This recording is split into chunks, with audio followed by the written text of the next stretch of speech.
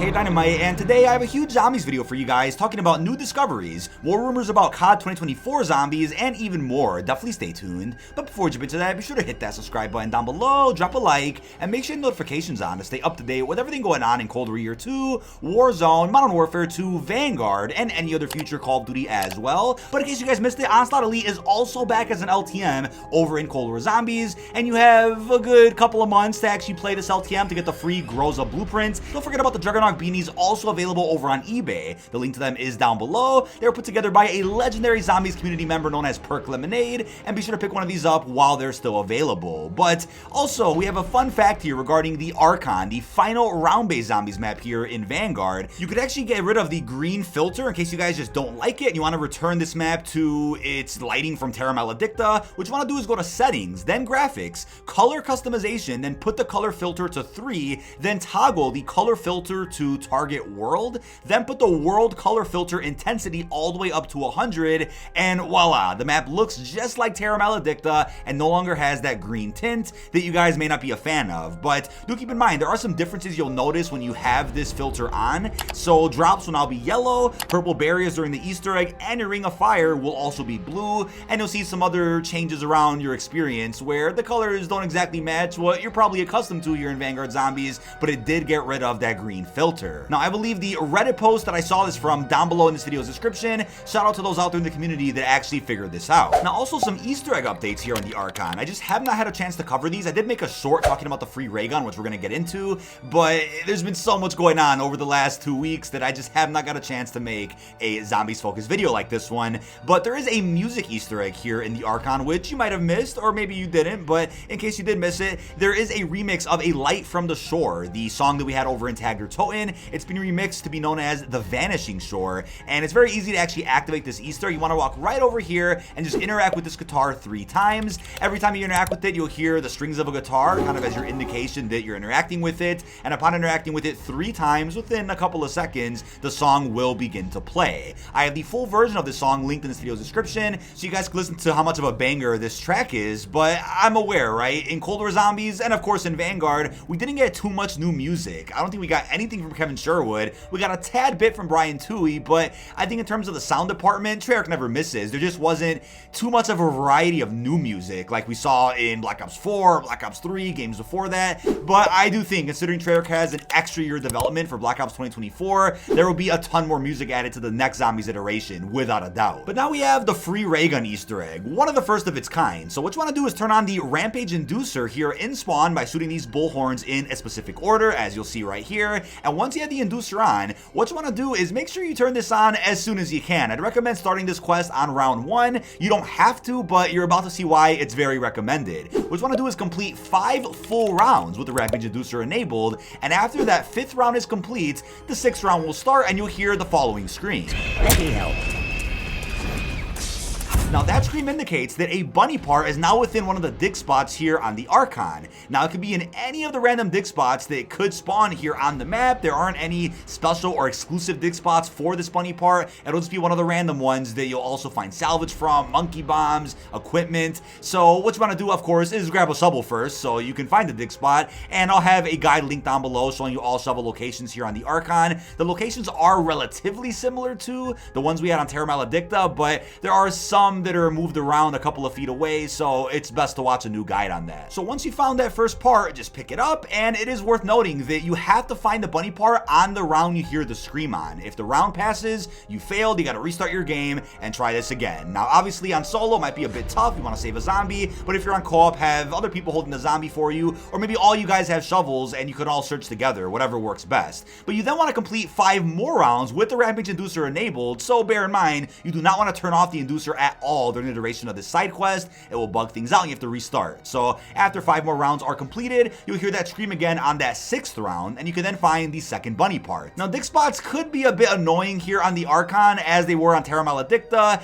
It looks like the dig spots themselves do respawn every 3 to 5 rounds ish, but I know when we were searching for this bunny part, we noticed that there were some dig spots that weren't there at the start of the round but then were deeper into the round. So it's almost like it's timed where they'll respawn exactly at the part of the round that you dug them up the first time earlier in your game. So that might be the case for you, but trust me, if you heard that bunny scream, the dig spot is there somewhere. But now that you grabbed the second part, you can then repeat this one more time, complete 5 more rounds with the inducer enabled, and on that 6th round, you hear the bunny scream again, and you can go ahead and find the 3rd and final bunny location, in which, upon grabbing that part, you'll then see a bunch of points spawn. I think it's about 2,000 to be exact, and a free ray gun laying there right there on the ground. It's not pack-a-punched, but by this point in your game, you should have plenty of money stored up to where you can go ahead and at least pack-a-punch it once or twice. Now, it's no coincidence that there's a free ray gun Easter egg on this map. I guess considering that we didn't get a new underweapon for the Archon, they're like, you know what? Let's at least give the fans a direct way to get each of the 3 wonder weapons available. You can get the Decimator Shield by doing the trial towards the middle of the map during the Easter egg. You can get the ray gun with what I just showed you, and then you can get the Wonder Waff after completing the Archon boss. But there's a fun fact I want to actually talk to you guys about, because I don't think anybody really mentioned this on Twitter, but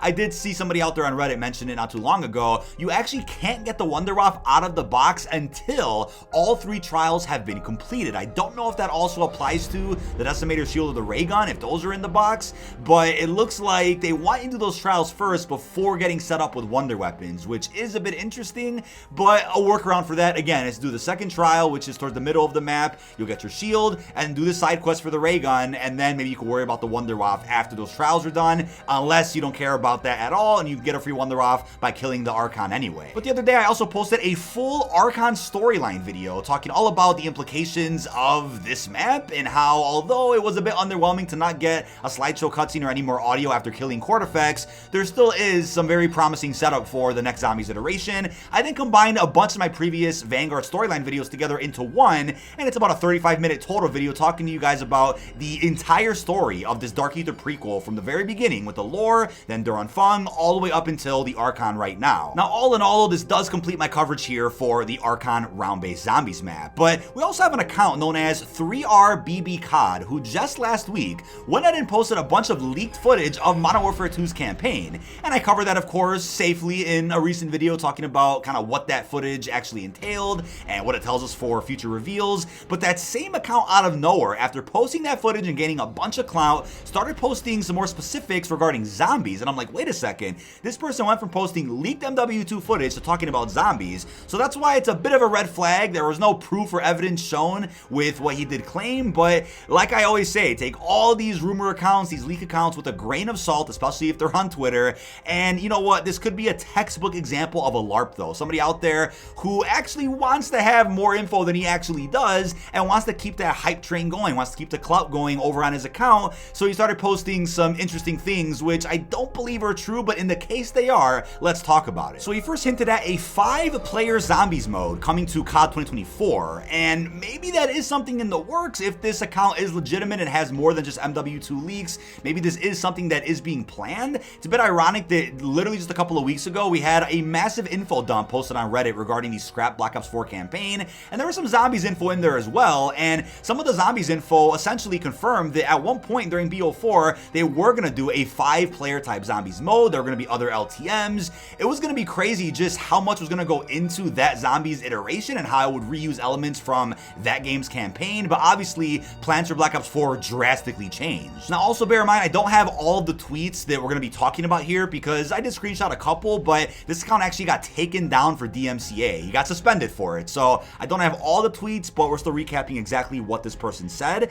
He then posted a picture of what says Zombieland Double Tap, which is a movie, so I'm like, wait, is that referencing Woody Harrelson maybe crossing over into COD? Will there be a Zombieland type of crossover that we'll end up getting in Black Ops 2024, or is this referencing that Double Tap as a perk is gonna come back at some point in 2024? That's probably what it is, but it's fun to speculate, right? Now, while these rumors could be legitimate, again, it's a very slim chance that they are, these are also easy things that just anybody could guess, so I'm sure you guys already thought about that and are probably gonna comment about it down below. But he also posted some interesting images, first of the Chaos crew, and then of the World War II Zombies crew. So right away, when I first saw that, I'm like, okay, if this is true, then that's probably referencing that we are going to get a crew again in the next Black Ops Zombies game, and maybe World War II being used as reference is to hint at that, yeah, there will be a set crew, you know, 4 playable characters in the round-based maps, but then World War II system will be incorporated where you can also choose not to play as that main crew, and you can play as other operators that you've unlocked, or in the case of COD today, you can play as operators generators that you bought from the shop. But maybe the chaos hint is that, yeah, chaos will be incorporated more into zombies in the next game. I know people out there were upset that there weren't any more references to the chaos story in the Archon, and the intel and radios in the Archon aren't very interesting either. They don't really tell us much about the future, but I do think that hint on Shinonuma Reborn regarding chaos being somewhat canon, I'll talk more about that in a previous video that's linked down below. I do think that does set up something for the next zombies iteration. Now, we also have an interesting tweet from gaming insider The Ghost of Hope, who's gotten quite a bit correct about Call of Duty in the past, but again, like I always say, take it with a grain of salt. He has been wrong before, so take that as you may. He did say, and I quote, "I think you'll see a good chunk of content for zombies in terms of Outbreak, Round Base, Dead Ops, and even potentially Onslaught again at launch." Probably just him theorizing. Maybe he knows more than he's actually revealing, but this was of course in reference to another tweet he put out, which talked about in a separate video, where he went over just how promising the next Black Ops game can be, considering Treyarch has so much extra time to make it,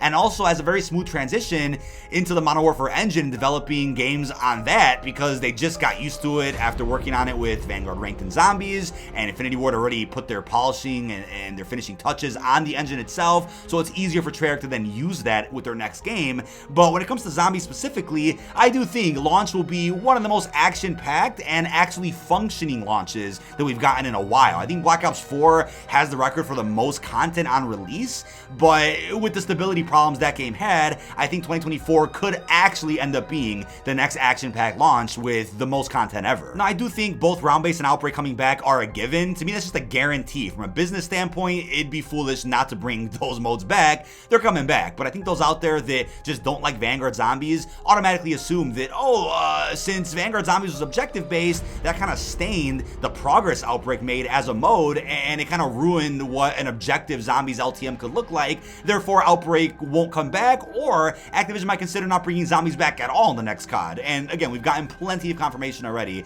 Zombies is here to stay and isn't going anywhere. I think Activision knows just how successful Cold War Zombies was. They've been very clear about that over the last few years, and I don't think they're looking at Vanguard Zombies as some type of, zombies didn't do so great in Vanguard, nobody cared about it, yeah, let's just pull the plug on the entire mode. I don't think they've looked at Vanguard Zombies in that way at all, and they probably know better than all of us just the amount of problems that went into developing Vanguard, to where they can't really blame Treyarch for the outcome that we got with the objective maps and even the round-based maps we have in Vanguard. So I think with COD 2024, they're just going to be focusing on what worked about Cold War and then how we can move forward from there. But Onslaught, hell yeah, let's bring that back. That's just an easy mode to bring in, being able to play some simple survival on our multiplayer maps. Such a good mode for camo grinding or just some casual zombies gameplay. Dead Ops though, that has me thinking, right? Dead Ops 4 was definitely teased at the end of the Dead Ops 3 cutscene, but with the tradition that Treyarch has with Dead Ops, they only put out a new Dead Ops iteration every other game.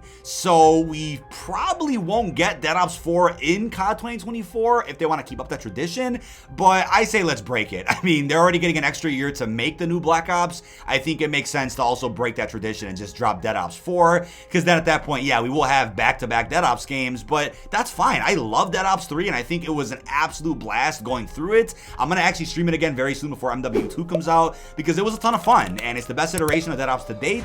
I think, if anything, it offers more content than entire Call of Duties combined. There's so much going on in Dead Ops 3, I can't even imagine how much better that can be in Black Ops 2024. But last and definitely not least, I want to talk about something that I tweeted about the other day, which I haven't seen too many folks really mention on the internet, and that is the idea that a COD Zombies collection could happen, but not the way that everybody else has been talking about it. But what about in the way that the Master Chief Collection exists, where you have all your maps or experiences in one place, but when you play each individual experience, you're getting that authenticity from the original. So what I mean by that, for Zombies' sake, is if we got a COD Zombies collection, you could of course have Black Ops 1 and 2 maps remastered inside of that app, to where they're graphically updated, sure, but they'll still have all the same mechanics, the perks, the HUD, all that will be the same. But then you go on to Black Ops 3 and 4, Black Ops 3 already looks great, probably wouldn't need to enhance that very much, but Black Ops 4 had a very different perk system in HUD.